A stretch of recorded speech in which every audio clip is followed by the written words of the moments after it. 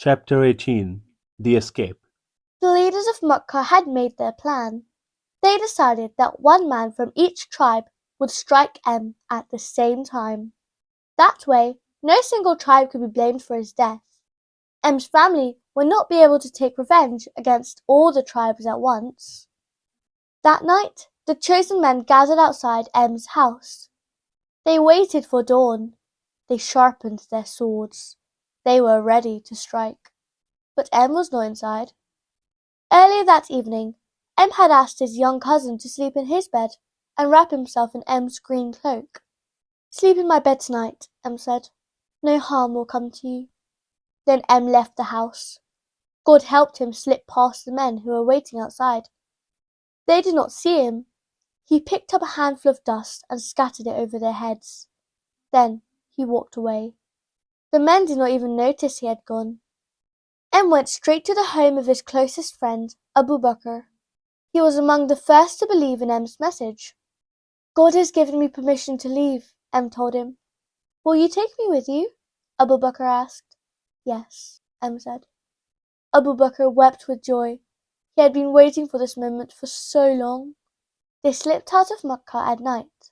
They walked through the darkness until they reached a cave in a mountain, south of the city.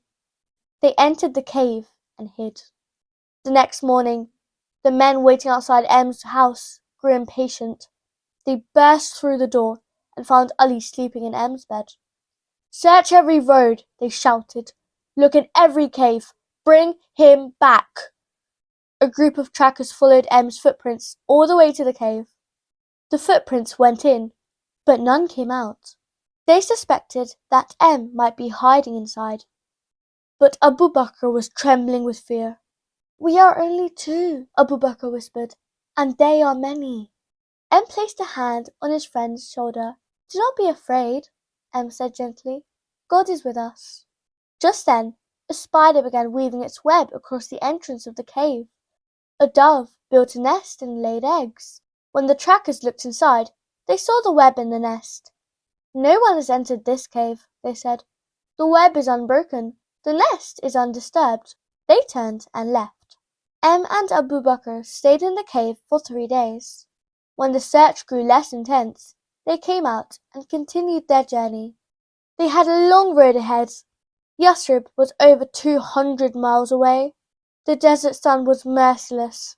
The sand burned their feet. Their water ran low. But they kept walking. At one point, a horseman spotted them from a distance. He was a skilled tracker, and he wanted the reward the leaders of Makkah had offered for M's capture. He rode his horse hard toward them, but each time he got close, his horse's legs sank into the sand. The horse stumbled and fell. The horseman looked at M and knew in his heart that this was no ordinary man. He turned his horse around and rode back to Makkah. When the leaders asked him if he had found M, he said nothing. M and Abu Bakr continued their journey. After many days, the walls of Yathrib appeared on the horizon. The people of Yathrib had heard that M was coming. Every morning, they would go to the edge of the city and wait. They watched the desert road, hoping to see him. Finally, one day, a man called out from a palm tree, "He is coming! I see him!" The people rushed out the city. Men, women, and children ran toward the road. They sang, they cheered, they wept with joy. M entered Yathrib on a camel. The people surrounded him. "Welcome to our city," they said. "You are safe here. You are honored here."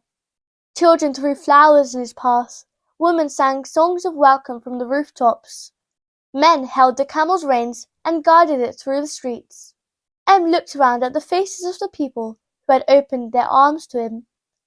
After 13 long years of suffering, rejection, and pain, he had finally found a home. He turned to the crowd and said nothing for a moment. Then he spoke. "O God, bless Yathrib. Love its people as they have loved me." This was the beginning of a new chapter in M's mission. He left as a fugitive. He would return as a leader.